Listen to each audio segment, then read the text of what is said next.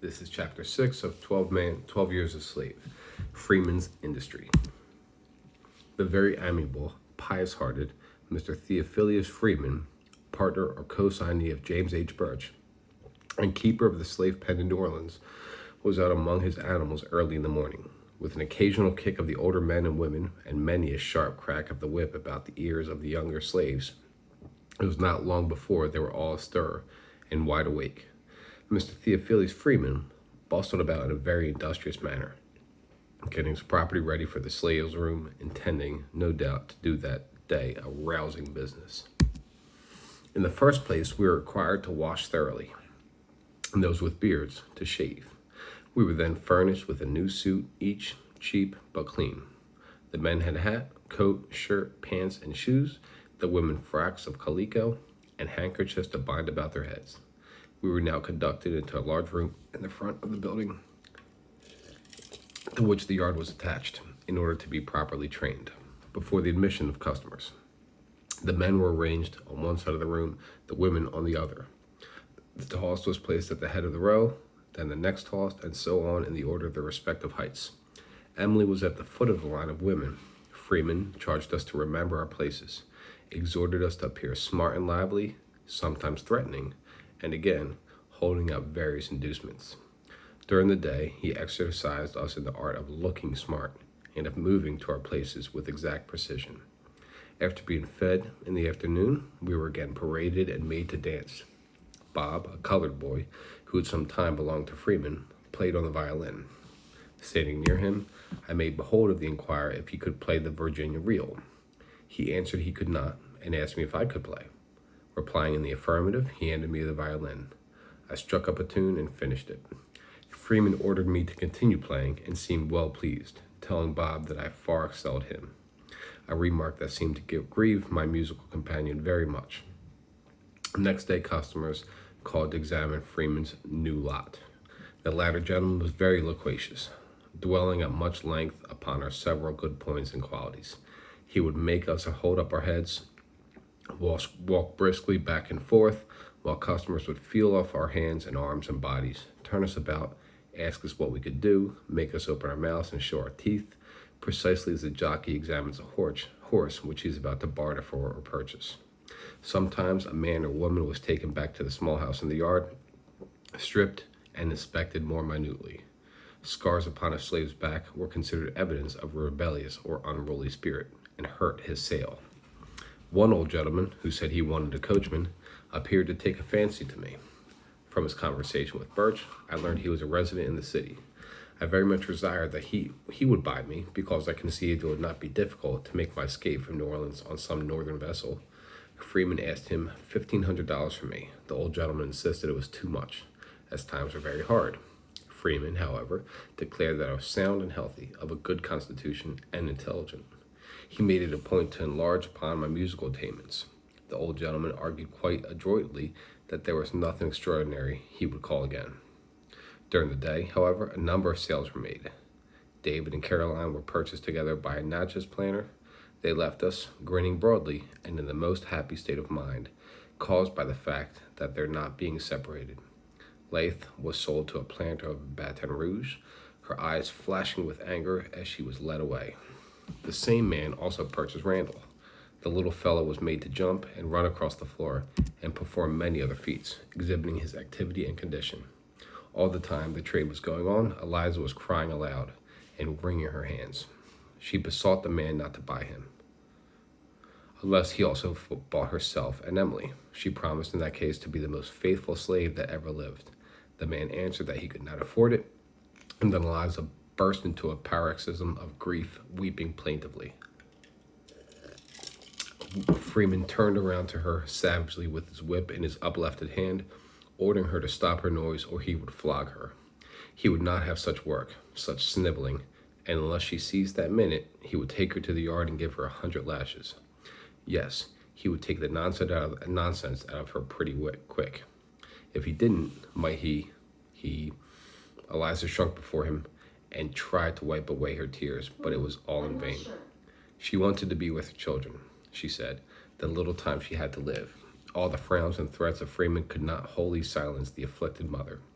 She kept on begging and beseeching them, most piteously not to separate the three. Over and over, she told them how she loved her boy. A great many times she repeated her former promises, how very faithful and obedient she would be, how hard she would labor day and night to the last moment of her life if he would only buy them all together. But it was all of no avail. The man could not afford it. The bargain was agreed upon, and Randall must go alone. Then Eliza ran to him, embraced him passionately, kissed him again and again, told him to remember her, all the while her tears falling in the boy's face like rain. Freeman damned her, calling her a blubbering, bawling wench, and ordering her to go to her place and behave herself, and be somebody. He swore he wouldn't stand such a stiff, but a little longer. He would soon give her something to cry about if she was not mighty careful, and that she might depend upon. The planter from Baton Rouge, with his new purchases, was ready to depart. "Don't cry, Mama. I'll be a good boy. Don't cry," said Randall, looking back as they passed out the door. What has become of the lad, God only knows. It was a mournful scene indeed. I would have cried myself if I had dared. That night, nearly all who came in on the big break Orleans were taken ill. They complained of violent pain in the head and back. Little Emily, a thing unusual with her, cried constantly. In the morning, a physician was called in, but was unable to determine the nature of her complaint. While examining me and asking questions touching my symptoms, I gave it as my opinion that it was an attack of smallpox, mentioning the fact of Robert's death as the reason of my belief. It might be so indeed, he thought, and he would send for the head physician of the hospital. Shortly, the head physician came, a small, light-haired man whom they called Dr. Carr. He pronounced it smallpox, whereupon there was much alarm throughout the yard. Soon after Dr. Carr left, Eliza, Emmy, Harry, and myself were put into a hack and driven into the hospital, a large white marble building standing on the outskirts of the city. Harry and I were placed in a room in one of the upper stories. I became very sick. For 3 days, I was entirely blind. While lying in the state one day, Bob came in, saying to Dr. Carr that Freeman had sent him over to inquire how we were getting on. "Tell him," said the doctor, "that Platt is very bad, but that if he survives until 9 o'clock, he may recover." I expected to die. Though there was a little in the prospect before me worth living for, the near approach of death appalled me. I thought I could have been resigned to yield up my life in the bosom of my family, but to expire in the midst of strangers, under such circumstances, was a bitter reflection. There were a great number in the hospital, of both sexes and of all ages. In the rear of the building, coffins were manufactured. When one died, the bell tolled, a signal to the undertaker to come and bear away the body of the Potter's family field. Many times each day and night, the tolling bell sent forth its melancholy voice, announcing another death. But my time had not yet come. The crisis having passed, I began to revive, and at the end of 2 weeks and 2 days, returned with Harry to the pen, bearing upon my face the effects of the malady, which to this day continues to disfigure it. Eliza and Emily were also brought back the next day in a hack, and again were paraded in the salesroom for the inspection and examination of purchasers.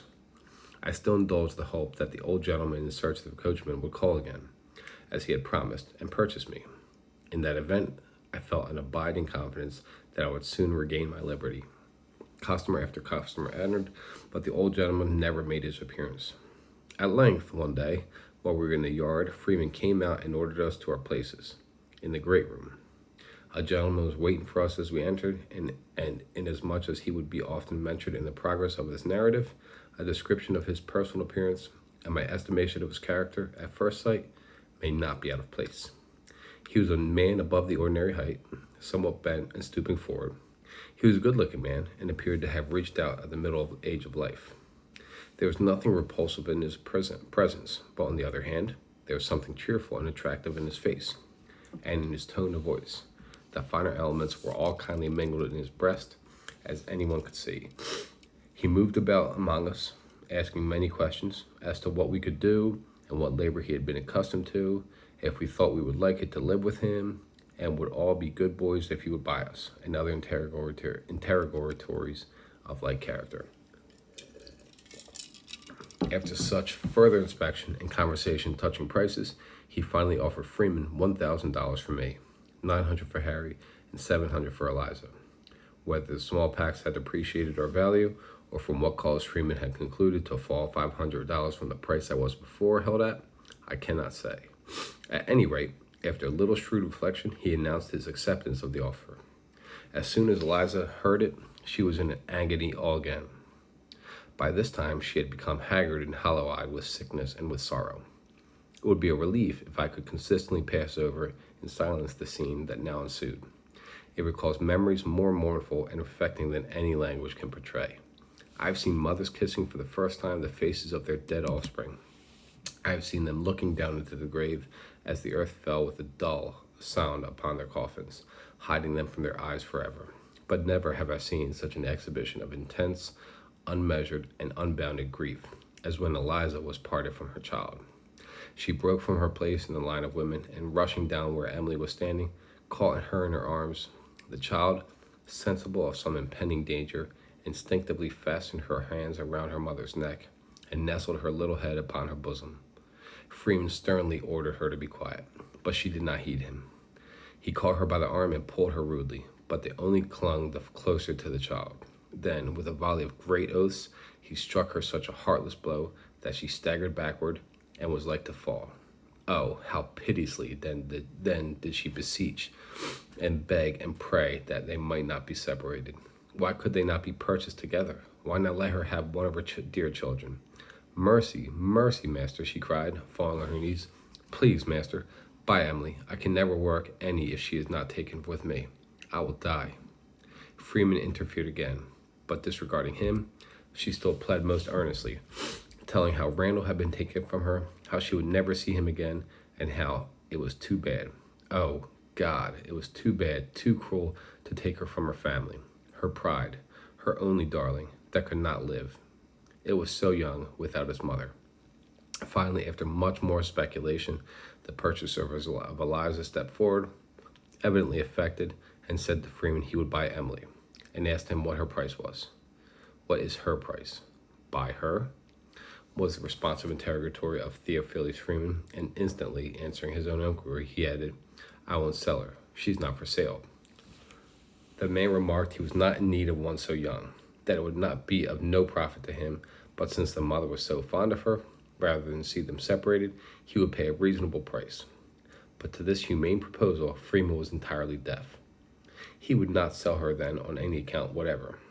There were heaps and piles of money to be made of her, he said, when she was a few years older. There were men enough in New Orleans who would give $5,000 for such an extra handsome, fancy piece as Emily would be, rather than not get her. No, he would not sell her. She was a beauty, a picture, a doll, one of the regular bloods. None of your thick-lipped, bullet-headed, cotton-picking, whatever might he be. When Eliza heard Freeman's determination not to part with Emily, she became absolutely frantic. I will not go without her. They shall not take her from me, she fairly shrieked, her shrieks commingling with the loud and angry voice of Freeman, commanding her to be silent. Meantime, Harry and myself had been to the yard and returned with our blankets, and were at the front door ready to leave. Our purchaser stood near us, gazing at Eliza with an expression indicative of regret at having bought her at the expense of so much sorrow. We waited some time, when, finally, Freeman, out of patience, tore Emily from her mother by main force, the two clinging to each other with all their might. Don't leave me, Mama, don't leave me, screamed the child, as his mother was pushed harshly forward.